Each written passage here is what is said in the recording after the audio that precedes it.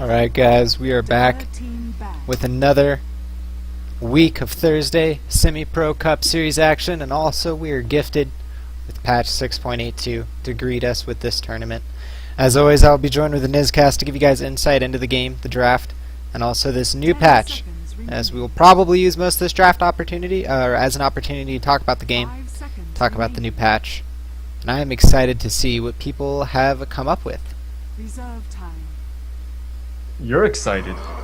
I think everyone is. I'm Honestly, excited.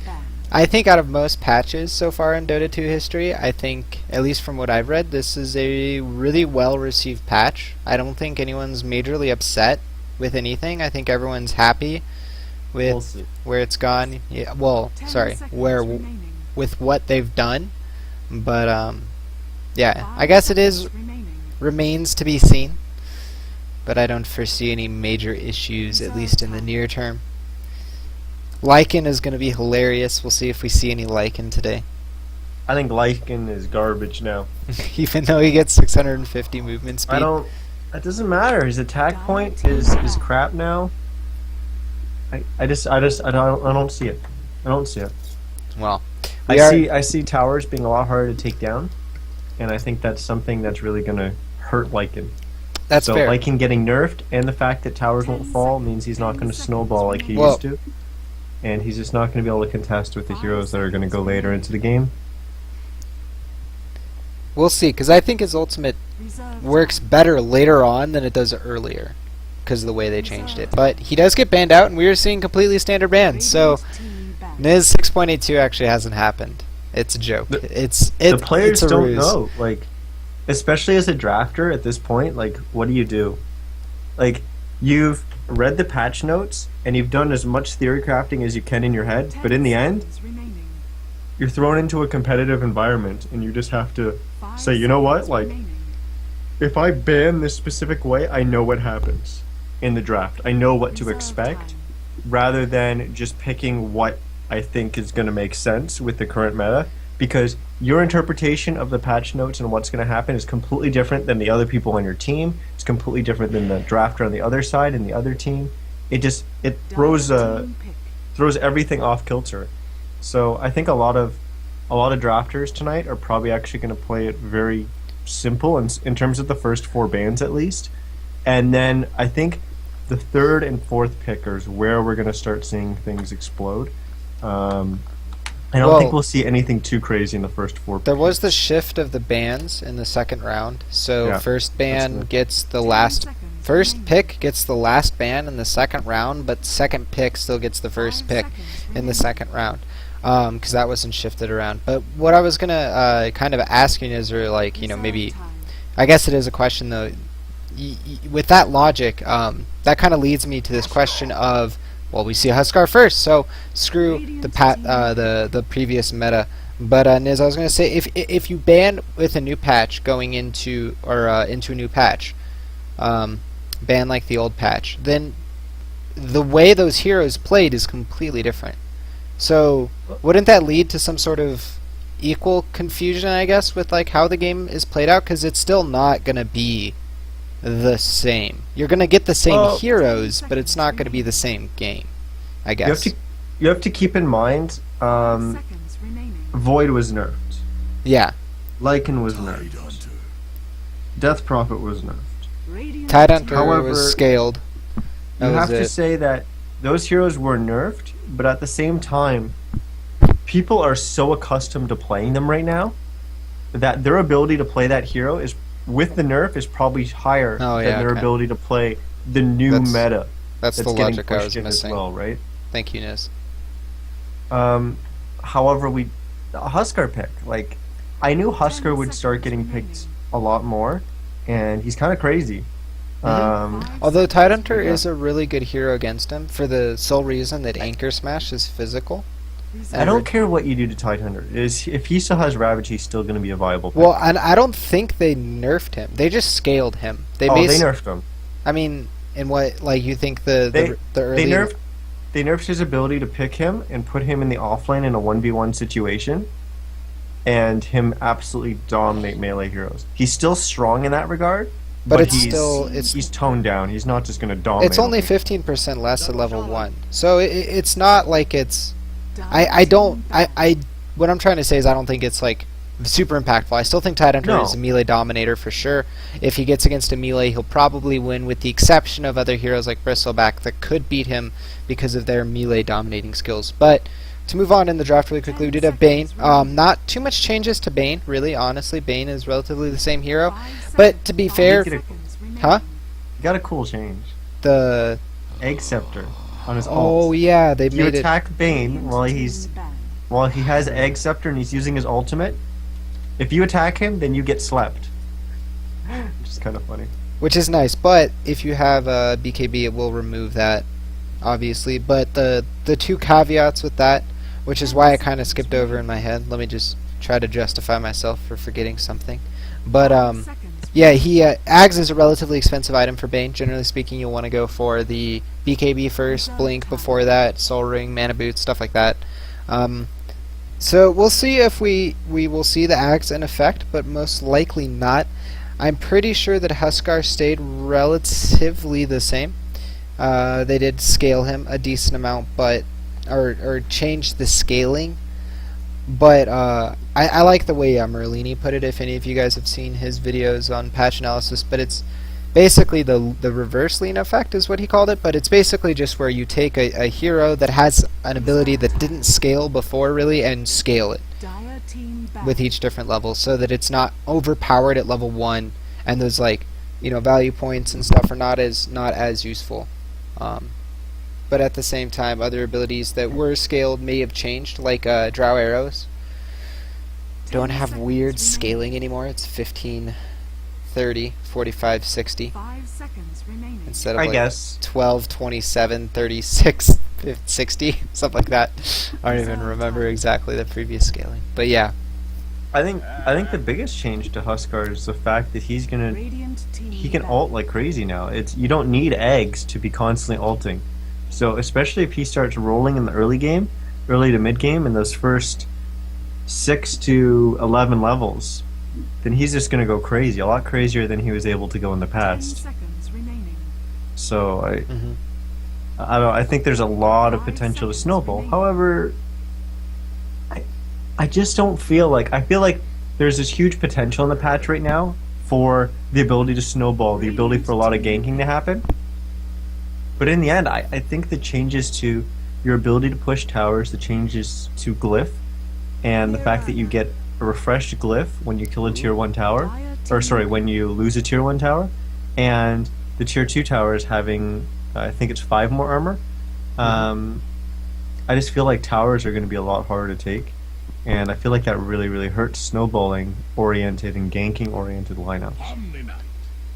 That's true. I think there's obviously caveats to logic, and that's the beauty of this game, which is that T1 towers are easier to take in the sense that they didn't increase their health or armor, so they're relatively quick to take down. The change to glyph definitely impacts that, but if you're having a concerted push or want to fight, most likely the glyph is not going to change the outcome of that. That's more targeted, I think, towards preventing 5 seconds of damage from push strategies or stuff like that. But I definitely agree with the push side of it. I think gank side of it could still... There's still room to be had. It's just not going to be as... I guess, like you said, it's the snowball. It's not going to snowball as quick, but they can still get to where they need to go with their strategies if they choose to go down those routes. It's just going to be a longer game than you're used to seeing. And it's not... It might even be imperceptible. It might be like a 4 or 5 minute increase for the spectator, but for the players it'll definitely feel a lot different. Yeah. Omni Knight is... Hello, Mr. Noobs. They're not... Okay, well, PA is the first pick that I would put for weird, for game art. I actually don't think it's that weird at all. I know this is something that we experimented with back with Infernal Dawn Lords. So obviously right now, Perusians, or the Radiant team, aka Gameheart, their lineup right now is pretty obvious, I think. Tidehunter offlane, Bane Mirana support, or Tidehunter is one of the solo cores. Bane Mirana support, and PA is actually the mid hero. PA is actually very strong in the middle lane, and she can absolutely dominate in the mid lane. So I Even wouldn't say Huskar? that's that far out there. Um, Because I don't I guess know. the blur is nice, right? Because you have a potential to dodge stacks of the burning spears, and your stifling dagger is pure. And right clicks plus your crit and level 6 are all damage he cannot mitigate. Witch Doctor is the last ban, but I mean, I think they have potential to put the Huskar mid. I was reading more into it, the fact that they'd probably put the Omni Knight mid, but that remains to be seen. I like the fact that Warlock was banned out. I think Warlock is definitely a high value hero right now. Very, very strong. I'm not so sure about Storm. hey Niz, I'm whispering because LC hasn't been picked yet. I don't think he's gonna get picked. Oh god, Brax would be so mad. Brax would be so mad. But referring to a tweet Brack sent out earlier, 10 seconds saying that like, why the heck hasn't LC been picked yet? And then of course Navi US picked it 5 seconds in their game. But I mean, I'm genuinely surprised in a lot of ways too, because I think LC is a really strong ganker. But hello OD, a hero that we have not seen in a month and a half. It's been a while. it's not a PA mid. That's interesting. It's going to be an OD mid. That definitely works really well against Omni Knight and even against Huskar. Okay, so support Omni Knight for sure. Luna's a core, Bristleback's a core, Huskar has to be. Obviously Omni Knight PA and the They're putting Tidehunter. Huskar mid. Yeah. I think Huskar does pretty well against Outworld early, but that changes late. Because Huskar has no mana level, or not late in the game, but late in the laning phase, because he doesn't have, early on he can just spam Burning Spheres and trade relatively evenly, but once Outworld Devourer gets a point or two in Orb, like level 8, then that'll go through the Huskar passive and absolutely wreck. So here's something to note. I think there's been a change to the Flying Courier. I think Bottle Crowing has been nerfed, essentially. And I also think there's a lot more importance on runes, because there's essentially 2 runes. So there's always a bounty rune up for grabs. So heroes that don't require bottle as much in the middle lane, like Look at that OD, high are going ground to be now. very, very strong. Yeah, it's very weird.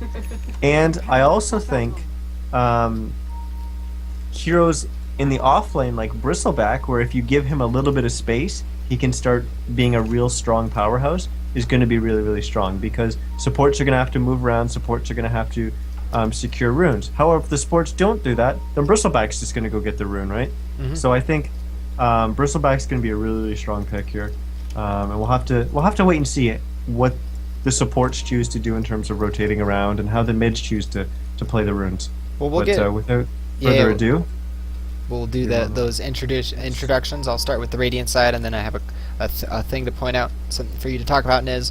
But Radiant side, we have, of course, Game Heart for them, the captain in blue, Mental, going to be playing the carry PA. It would look like KKaz is going to be picking up the Outworld Devourer on the mid lane. We have Yoiso Tu Papa going to be picking up the Bane support, which leaves him to play with Onage as his buddy on the support Mirana. And finally, last but not least, Zyne on their side will be picking up the Tidehunter off lane. And oh boy, Niz, good thing it paused, because you get time to introduce. Alright, on this dire side we have Mr. Noobs. We've got Huskar being played by Sherry. We've got Shadow Shaman played by Sonic X. We've got Bristleback played by Red Jock. One of those.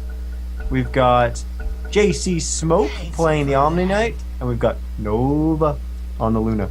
Doesn't look like the smoke's going to render any or get Nope. anything yet, but Niz, something you were talking about before we went live was that mids now, like Invoker, who don't need as much control of the rune middle to succeed because of bottle crowing, or need bottle crowing, you know, they don't actually even rely on rune control too much. But anyways, Outworld Devourer and Huskar are also heroes like that, because Huskar has no mana cost for his abilities, and obviously OD naturally regenerates his mana because of his passive. So definitely true to your point as far as these teams' thought process as to what they do mid. Never mind, we have a bottle crower for sure. PA loves to bottle crow, but we'll see if they decide to try to do that with her with the change, and OD is going to be the carry. Huskar is absolutely dominating the gold per minute right now after picking up that bounty rune. I know, look, he's a whole 10 experience ahead of this PA after one creep down. Actually, meanwhile, in the bottom lane, There was a sleep into an arrow. We also have the Astral Imprisonment going out right clicks, and Rajak is definitely going down. And if you notice, it's 359 gold, not 409 anymore, as the first gold bounty has gone down 50 gold, but shouldn't make too big of an impact in gameplay at all. And in fact, it'll just basically make it so it doesn't make First Blood as big of a deal, though it is still a good moral victory. So I'm actually very surprised that they chose to put the OD in the bottom lane rather than the middle lane, because obviously there was the potential to put the Husker there. And I feel like with their lineup, it's pretty obvious that Huskar's going there. I think OD would do better against the Huskar, and PA would get more in the bottom lane. I also like, if you put OD in the middle lane, it gives Mirana the potential to rotate with an arrow easily. Banish into arrow is a very, very strong combo. It's something that we haven't seen in a while, but it is still there. Nothing's changed. You know, any kind of disable leading into an arrow is always going to be strong. And I think you're safe to leave kind of PA alone for a quick rotation. As you know, if you're playing a support, you shouldn't be showing in the lane most of the time anyways, especially on a support Mirana. So well, I actually would have wished that they put the OD in the middle lane, but I don't. I actually completely agree with you, but I have a thought process, and maybe they're not thinking this deeply, maybe they are. We do see some contention over the top DD rune, as Mental is going to throw, or sorry, the Bane picks up the regen rune, and we get the DD onto Huskar. But what I was going to say is that, kind of a quicker answer is, do you think OD does as well early on against Huskar, or like does better than PA? Because I think it's pretty even. Well, early on. And we're actually, hold on, we're going to have a smoke, which means the arrow will fall, or sorry, the sleep from the smoke into the arrow. Right clicks will follow up. Of course, that dagger slow, very nice, and Mental will secure that kill. Also, will get out alive despite tower focusing him. But yeah, go ahead, Niz, because I have a follow-up question after that. Well, that was obviously a really good rotation. Bane being able to get the sleep off. It's hard to actually do that when you don't have boots. But I believe they did use the smoke there. One thing to note, when they were going to contest the runes at top, at 2 minutes, Sherry actually threw a burning spear up onto the high ground of Mental. So Mental knows that there's either a ward here, you've already circled it, or there. Although Mental didn't ping that out, but maybe he just used voice comms to let his team know. But they should know that there is a ward in one of those two locations. Yeah. Of course, most likely it's by your ancients. No excuse. But either way, one sentry ward counter wards both those spots. They may not choose to use that because, you know, why spend 100 gold when you can just avoid it as support's rotating anyways. The other thing I wanted to point out is that I predicted earlier before we went live that I think it's going to be very important for teams to to be on top of runes right at 2 minutes. Oh no, Niz. I'm sorry, I gotta interrupt you for this. I bring dire tidings for the dire side. The Luna has 3 last hits 3 minutes into this game, and it's not like he's been contested by the Tidehunter. Unfortunately, she has just been off the mark with her last hitting, and that's going to become a big problem because KKaz is sitting at 21, leading the last hitting board in the safe lane role at OD.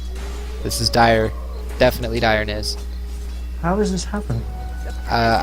I don't want to be mean, but I think it is not a lack of skill, but something along that lines. I don't know what's going on. They are pinging the top tower and not defending. It looks like they are scared of Tide. I don't know.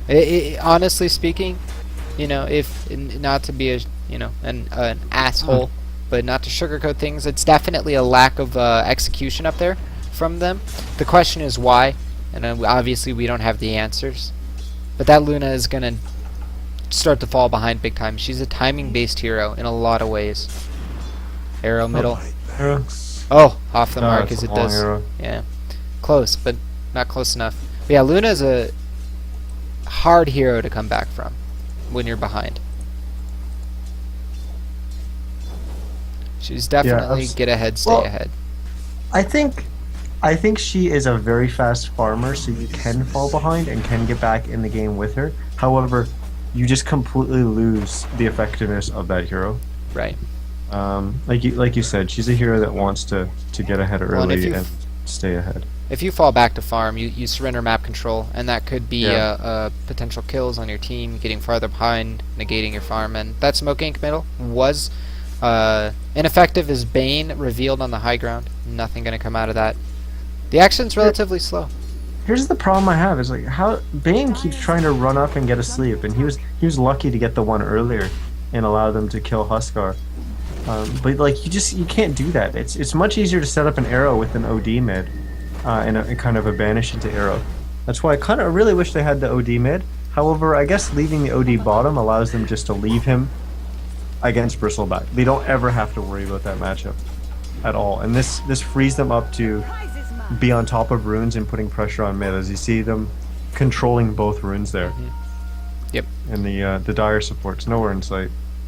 Well, and I think it's worth pointing at this point is that we can definitely start to see a small skill gap accruing, right? That's translating into a gold and experience disadvantage, as the 3 top farmers in this game are all on the side of Game Heart, all double Middle. 20 plus middle. There was that kill. Mental did get it with Onage hitting that arrow. I'm sorry I missed it. I was following the Bane. No as he moved arrow. around. Oh, it wasn't an arrow. He just jumped in and critted. Yeah, he just ran in, popped illusion, and just wailed away on him and killed him. Well, not good. But yeah, that just makes my point even worse. They are way behind on the farming charts. The Tidehunter is triple the farm in the middle as he dives top lane, has access to Ravage. He's going to throw it, and there is the Anchor Smash. Arrow will clean up or stun up the second target as Omni Knight and Huskar. They're now fighting up here together.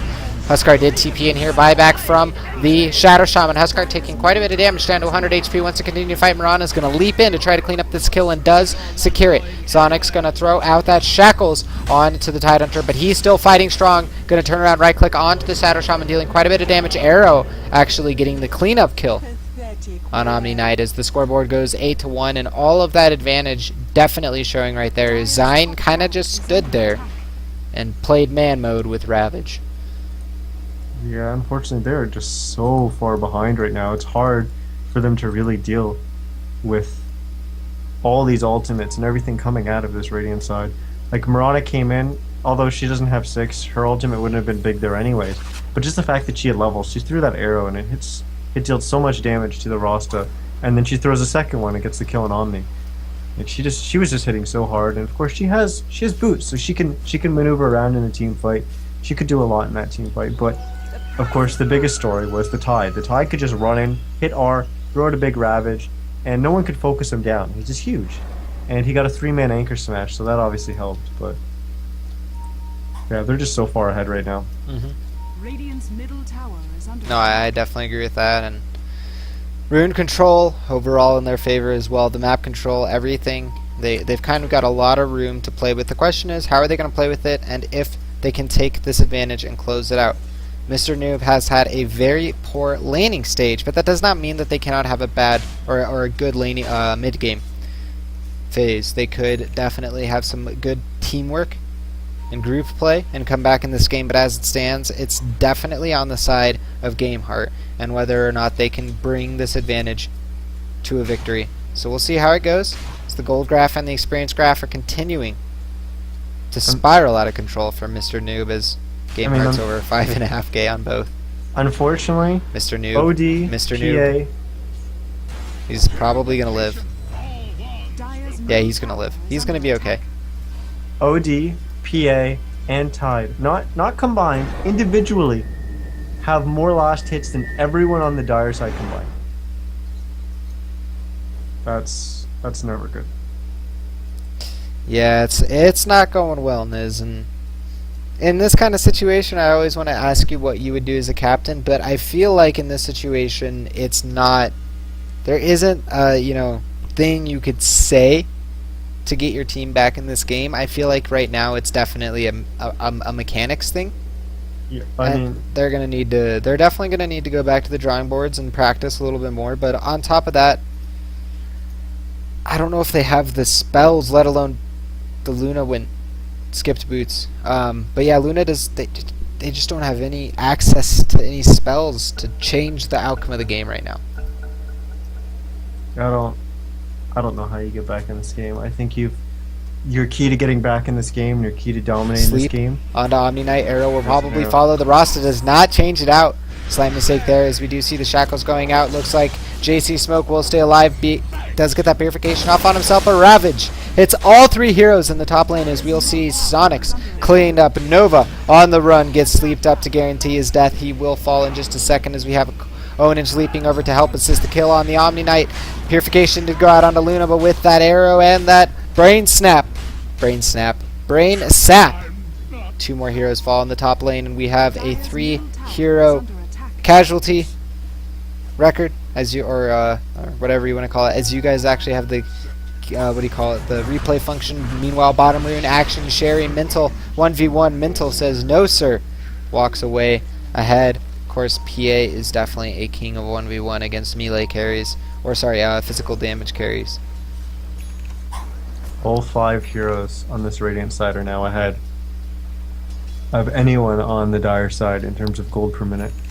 Except for the Bane, well, net worth, sorry. Bane is still behind the 3 core heroes, but he is still doing very well, as he is very close to the Huskar, now above the Huskar, as he did by a TP, it looks like.